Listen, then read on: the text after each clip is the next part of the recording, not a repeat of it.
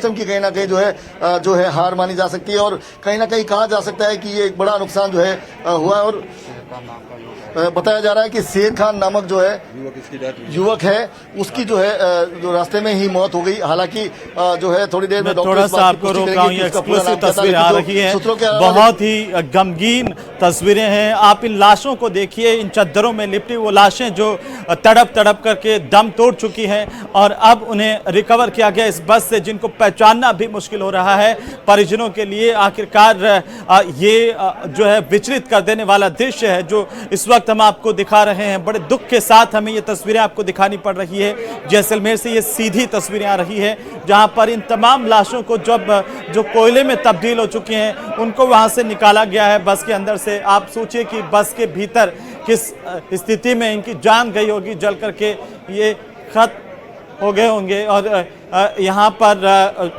जो स्थिति है, मंजर है, अब वो बहुत ही हृदय विदारक है। सहयोगी सावलदान हमारे साथ लगातार मौके से बने हुए हैं। सावलदान, क्या कहें इन तस्वीरों को लेकर के? शब्द खत्म हो गए हैं और ऐसा लगता है कि ये जो मंजर है वो कभी ना देखे अपनी जिंदगी में कोई। तो सरहदी जिले जैसलमेर में पहली बार ऐसा मंजर देखने को मिला। हर वक्त इस मामले को लेकर चिंतित है, भले देश के प्रधानमंत्री हो या सूबे के मुख्यमंत्री, इस बात को लेकर चिंतित है। ये सब देख के ये लग रहा है हर वक्त की आंखें नम है, हर वक्त ही भावुक है। इसमें एक्चुअली जो सुपर एक्चुअली तस्वीरें न्यूज 18 सबसे पहले दिखा रहा है, जो पोखरण के विधायक के महंत प्रतापपुरी महाराज है, वो तस्वीरें उस सब को देखकर खुद भावुक हो रहे हैं। प्रशासनिक अधिकारी भावुक है। फेलियर सिस्टम का ये पूरा नजारा है, उस कारण ही बड़ा हादसा है। अब सबसे बड़ी बात ये सामने आ रही है, सूबे के मुख्यमंत्री भजन लाल शर्मा है, वो आर्मी कैंट पहुंच गए हैं, अस्पताल पहुंच गए हैं, जहां बस को रुकवाया गया वहां पहुंच गए। उनके साथ शिक्षा मंत्री गजेंद्र सिंह खयूसर भी साथ है। अब देखने वाली बात होगी कि सूबे के मुख्यमंत्री जो मृतक है उनके लिए क्या घोषणा करते हैं, घायलों के लिए क्या घोषणा कर रहे हैं।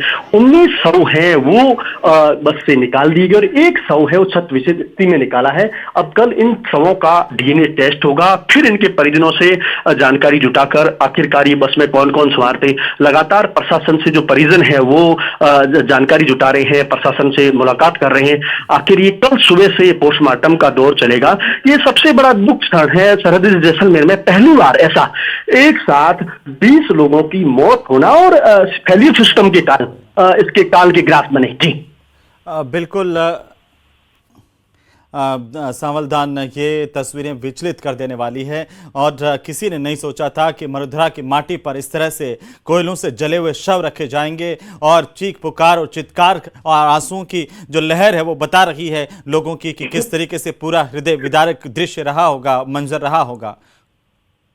देखिए, साफ तौर से ये जैसलमेर से जोधपुर ये बस जा रही थी, तो जब चश्मदीद लोगों से न्यूज 18 ने एक्चुअली जो बात की है, उन लोगों ने बताया कि चीखें हो रही थी, लोग चिल्ला रहे थे, कुछ लोगों ने खिड़कियां तोड़ के बाहर निकाले, लेकिन जो जुगाड़ सिस्टम से एसी का जो सिस्टम बनाया हुआ था उसके कारण, उसके चलते दरवाजे नहीं खुले। इस कारण 100 पे 100 जो देखने वाले लोगों ने कहा, हम खुद दंग रह गए, अचंभित रह गए कि आखिरकार इन शवों की क्या हालत होगी। लेकिन फिर तत्काल उसे आर्मी के जाबाज पहुंचे या आबकारी विभाग के तमाम लोगों के जो कर्मचारी थे उन्होंने धूल मिट्टी पानी डालकर आग पर काबू पाया। राहत और बचाव में वो सफलता हासिल की, लेकिन 20 लोगों की वो जान नहीं बचा पाई। ये सरहदी जिले जैसलमेर के लिए आज का दिन एक काला धब्बा है, आज का दिन एक काला दिन कहा जा सकता है।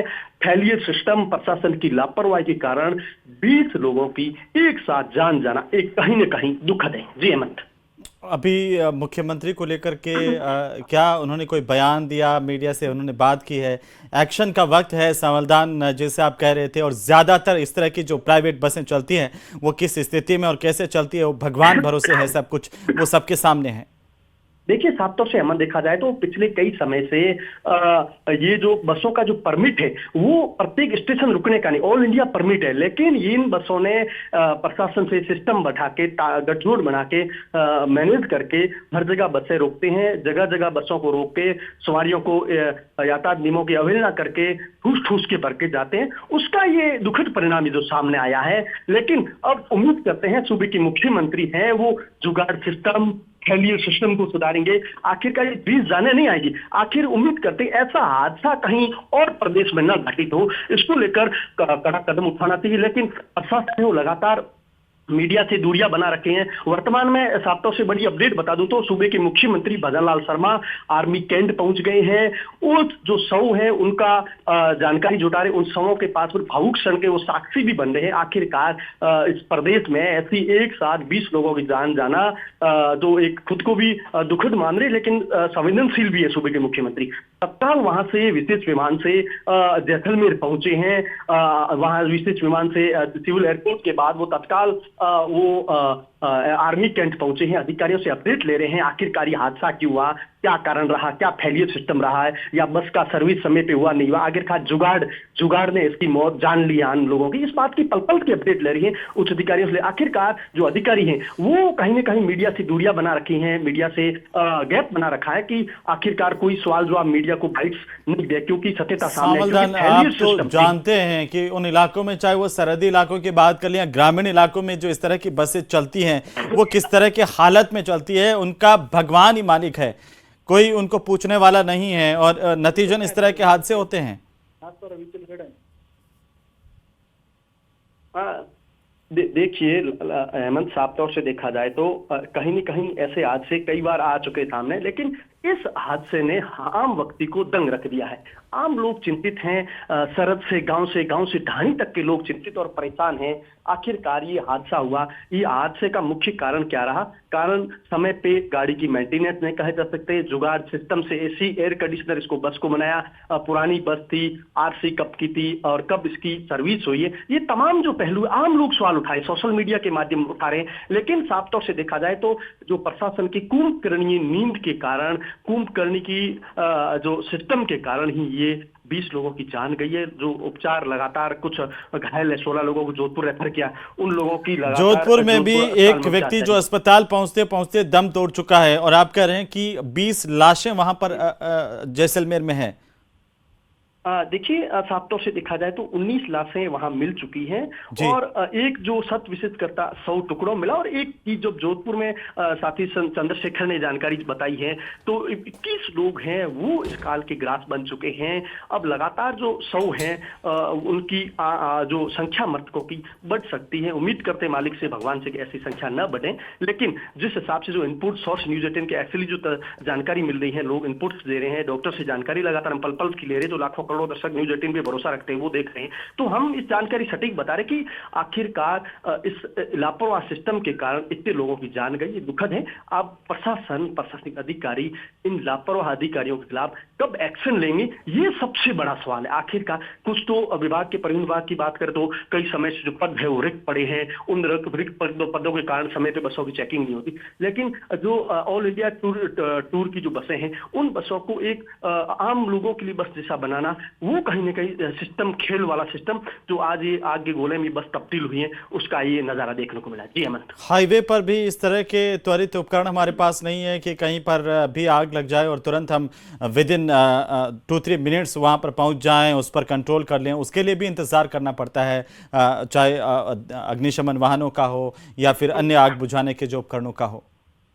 देखिए अमन, साफ तौर से दिखा दे, इस दृश्य की बात करें, तस्वीर ने जो एक्चुअली जो जानकारी दी है, आधे घंटे के बाद प्रशासन पहुंचा है, फायर ब्रिगेड आधे घंटे के बाद, सबसे बड़ी दुखद बात है। और बात की जाए तो यहाँ जो आर्मी एरिया पास में नहीं होता तो ये बड़ा हादसा हो सकता था, कई लोगों की और जाने जा सकती है।